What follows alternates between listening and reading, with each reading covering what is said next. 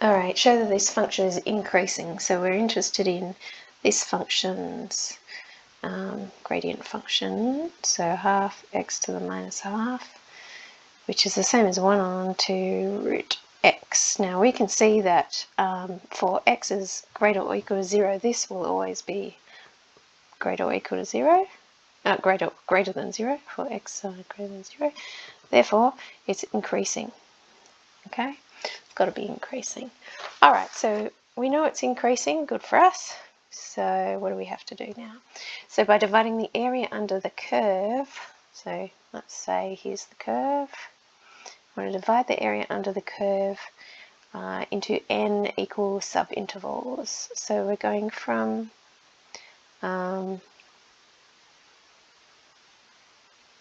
alrighty, let's to n and show that from 0 to n. Alright, so we're going up to n and we want to break them into n subintervals. So we're going to get 1, 2 to n if we break it into these subintervals, right? Etc.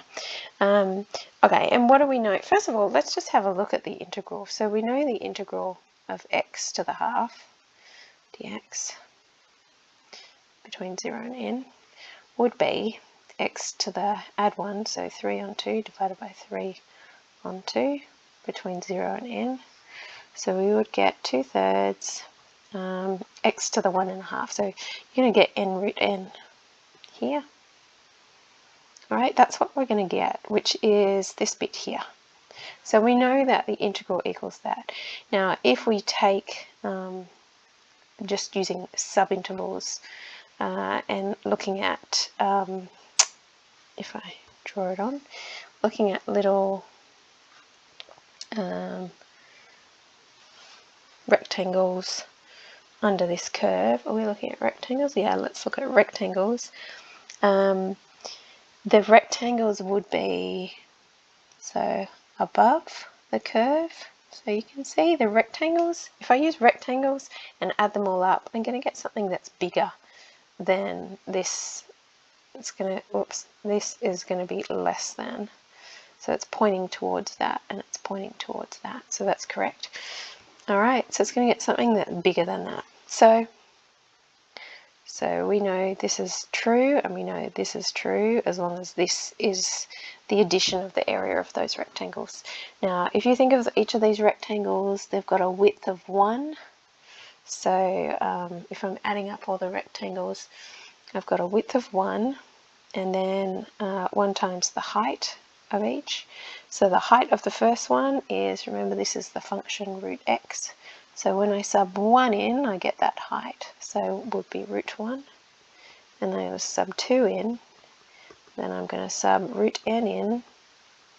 So you can see how we would get that. We're just adding up the rectangles. And because the rectangles are above the curve, we're going to get a bigger area than actually is under the curve. So it looks a bit back to front, but that's what that's saying there. So I would prefer to write this is less than or equal to root 1 plus root 2 plus etc. plus root n, like that. Alright, so what if we use instead the trapezoidal rule? So if you use the trapezoidal rule, I'll do it in green for you. The first one will be a triangle. And the next one, there we go. You can see it will be underneath the curve. It's always underneath the curve when we've got the trapezoidal. So this is going to be on the other side. So I could kind of say, so this is going to be smaller than. So the actual integral here is going to be greater than what we get if we use trapezoidal rule. Now, using the trapezoidal rule, we know, first of all, the height on 2. So each of the heights is 1. So that's nice and easy. So this would be 1 on 2. Let me just check that okay, so 1 on 2. And then you've got first plus the last. So when I sub 1 in, I have root 1. And when I sub n in, I have root n. So first, sorry, that was a mistake. So first plus the last, I've got to sub in I've got to sub in 0 first, because that's my first value there, 0. So root of 0 is still 0. My last is, though, root n. and then I've got 2 times all the others because I'm using them twice. So 2 times 1, root 2, all the way up to root n minus 1 is what I've got, and that's going to be less than our integral.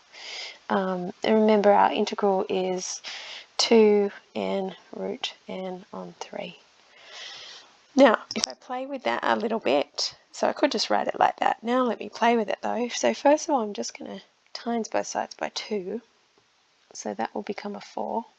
We're okay with that, hopefully. The other thing is here that I've got 2 lots of everything except for that root n. So what if I make it 2 lots of root n's? And really I only want 1, right? So I'm going to have to subtract root n from that in order for this still to be correct. And then what I can do is add root n to both sides. Sorry, I'm cheating a little bit. Add root n to both sides, and I might just put it on the common denominator. So you can see we're going to have, with root n there on 3, we would have 4n plus 3. And then in order just to get root 1, root 2, up to root n, I would like to divide by 2. So I'm going to make this a 6 instead of a 3. And then you see we've got this. Yeah, so that works nicely. Okay, so hence estimate. All right, so now we know the kind of what this is between. So let's have a look from our parts above. We can see that if we sub in, let me just make some room. Hopefully, yeah, that's all set up here. So hopefully we've got all the information we need. So this part here,